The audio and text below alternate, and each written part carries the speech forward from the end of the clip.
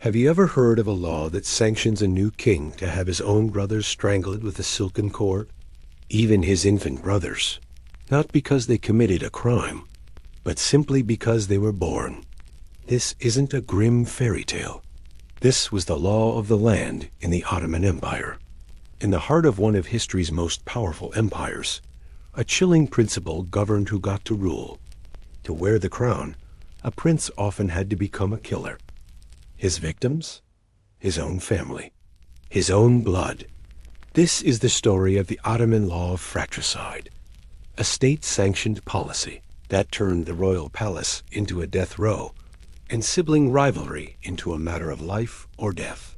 To understand how such a horrifying practice could be codified into law, we have to look at the chaos that inspired it a decade of fire and civil war that nearly tore the young Ottoman state apart. The story starts not with murder, but with a desperate attempt to prevent an even greater slaughter. The looming shadow. To understand the brutal logic of Ottoman fratricide, you have to forget everything you think you know about European monarchies. There was no clean rule where the eldest son automatically gets the throne. Instead, early Ottoman tradition was rooted in a harsh principle that looked a lot like natural selection. The throne belonged to whichever son was strong enough, smart enough, and lucky enough to seize it. The belief was that sovereignty was a gift from God, but God didn't name his chosen one. That was for the princes to prove, usually through violence.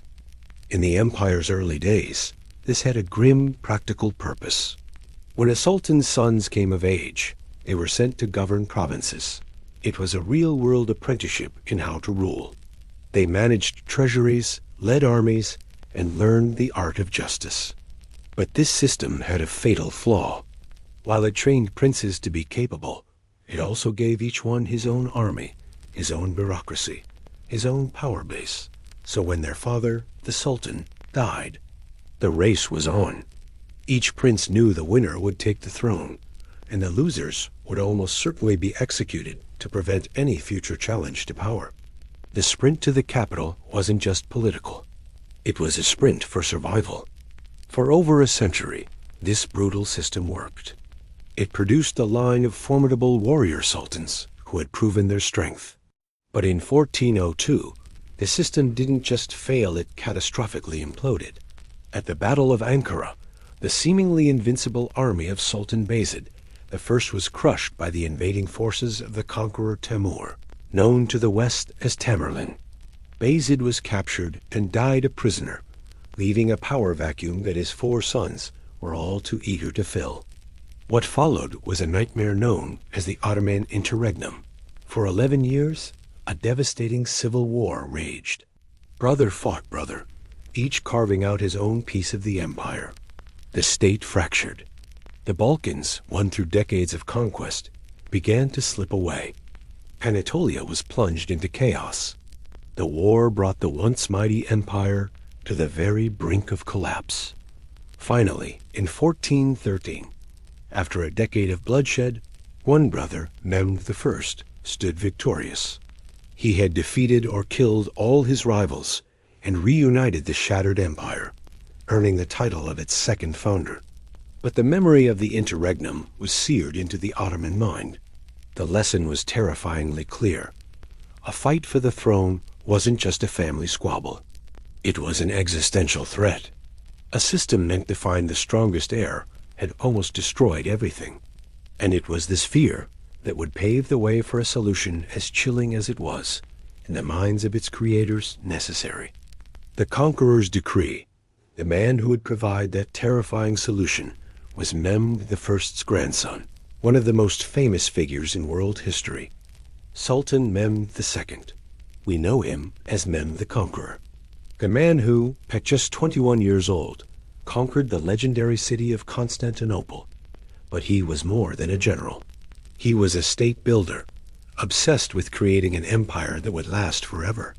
And he knew the greatest threat wasn't an enemy army, but the internal rot of succession wars. Mehmed's own path to power was a reminder of this. When he first took the throne as a boy, he was pushed aside. When he took it back for good, he had to deal with rivals. According to some chroniclers, one of his first acts upon securing his rule was to order the execution of his infant half-brother Ahmed, a calculated, brutal move to eliminate any potential rallying point for his enemies. For Mehmed, the choice was simple: the life of one infant prince or the stability of an entire empire. He was determined that the chaos that nearly broke his grandfather's empire would never happen again. So he compiled the first great Ottoman legal code, the Kanun, and buried within it was a single terrifying paragraph that would change the dynasty forever. It read, "Of any of my sons that ascends the throne, it is acceptable for him to kill his brothers for the common benefit of the people Nizam al-Ilm." The majority of the ulema, the senior Islamic scholars, have approved this. With those words, fratricide was no longer just a grim custom. It was now a sanctioned option, permitted by law. The justification was in that key phrase, Nizam al-Ilm, for the order of the world. The argument was a choice between two evils. A civil war could kill tens of thousands and destroy the state. The execution of a few princes, while tragic, was seen as a sacrifice to prevent a much greater catastrophe. Tradition, not the law itself, dictated the method. Royal blood was sacred and could not be spilled, so the chosen technique was strangulation with a silk bowstring. It was a quiet, bloodless, ritualized killing, often carried out by special executioners, many of whom were deaf and mute to ensure absolute secrecy. This wasn't a law born of simple cruelty, though it would certainly serve it. It was a cold, pragmatic, and ruthless political calculation. Mehmed the Conqueror had built an empire to last for centuries. To protect it, he unleashed a tradition that would turn the House of Osman into one of history's most dangerous families. The Topkapi Palace, the glittering heart of the empire, was no longer just a home.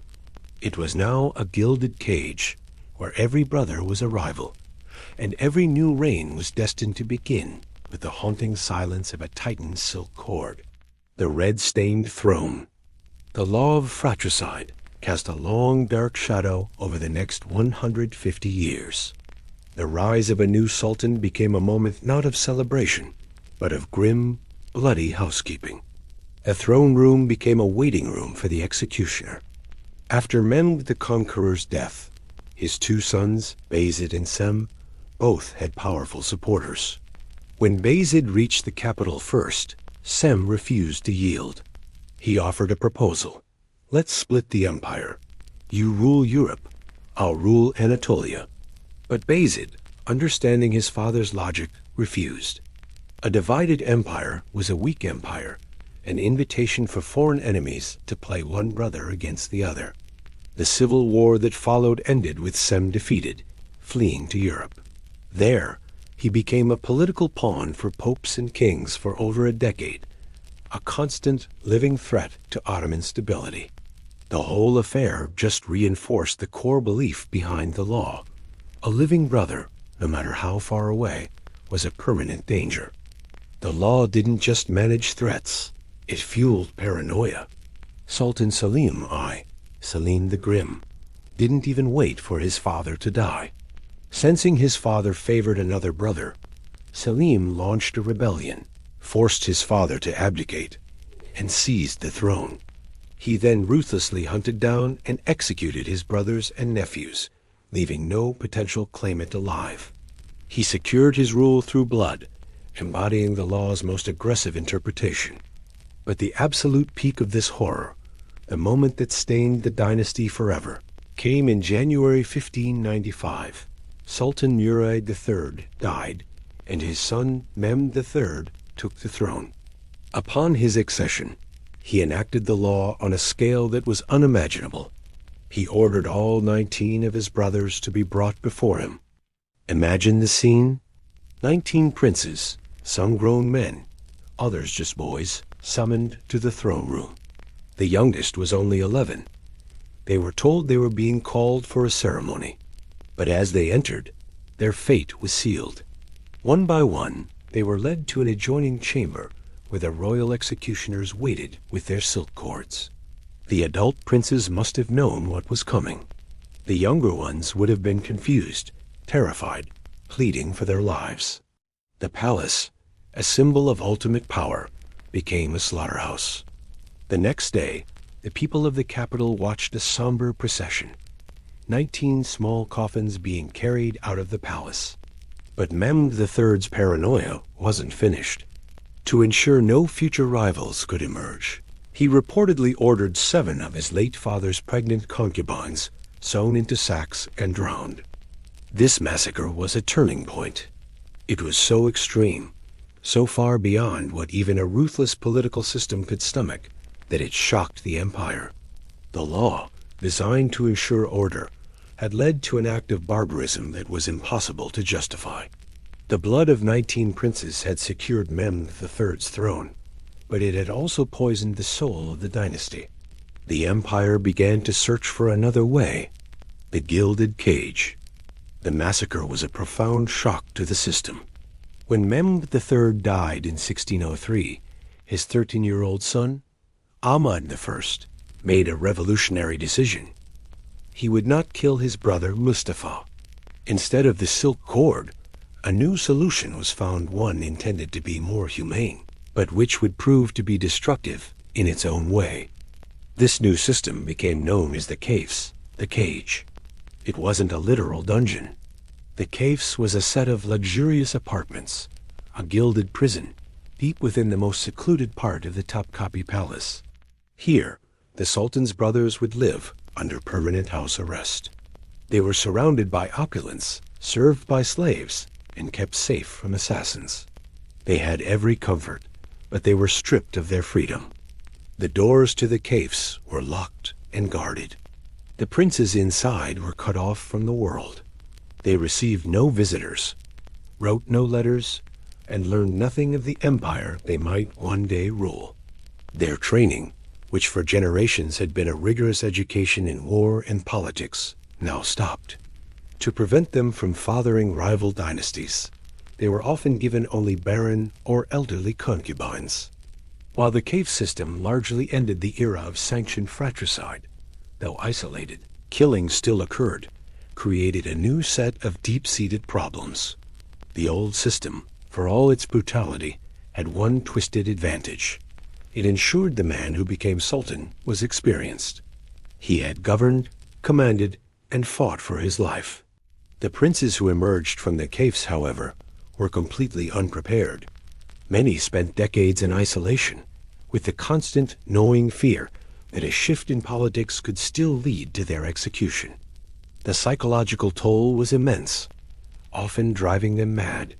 One prince, Suleiman II, who took the throne after 36 years in the kafes, reportedly said on his release, "It is better to die once than to die every day."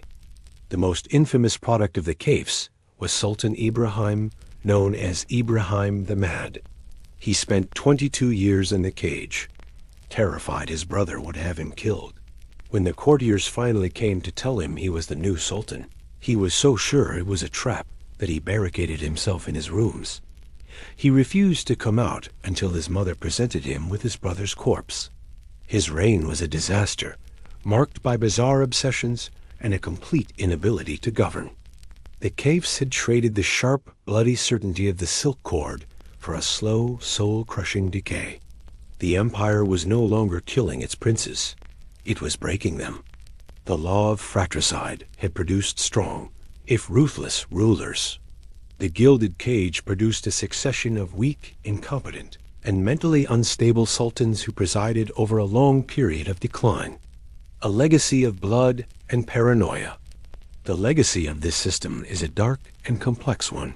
For the first few centuries, the ruthless logic of kill or be killed arguably worked. It prevented the kind of civil wars that crippled other states and produced a line of hardened, capable sultans. This stability allowed men like Mehmed the Conqueror to forge one of the world's great empires. But it came at an unimaginable human cost. It turned the royal family into a nest of vipers, where love was replaced by suspicion and trust was a deadly liability. The palace, meant to be a home, became the most dangerous place in the empire for anyone with royal blood. And when the raw horror was replaced by the confinement of the caves, the nature of the damage simply changed from physical annihilation to psychological destruction. This shift directly contributed to a decline in the quality of Ottoman leadership. The throne was now inherited not by the most capable son, but often by the eldest surviving male, a man who had spent most of his life locked away, a ghost in his own home. The poison meant to protect the head of the empire slowly sickened its entire body. The law of fratricide stands as one of history's most chilling examples of political logic taken to its extreme. It was a monstrous solution to a devastating problem. The move to the gilded cage may have ended the worst of the bloodshed, but it only swapped one tragedy for another, leaving a legacy of madness that haunted the dynasty for the rest of its days. And it leaves us with a deeply unsettling question. Can the stability of a nation ever justify the murder of innocents?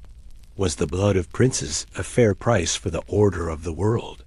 Or was it an unforgivable crime that ultimately cursed the very empire he was meant to protect?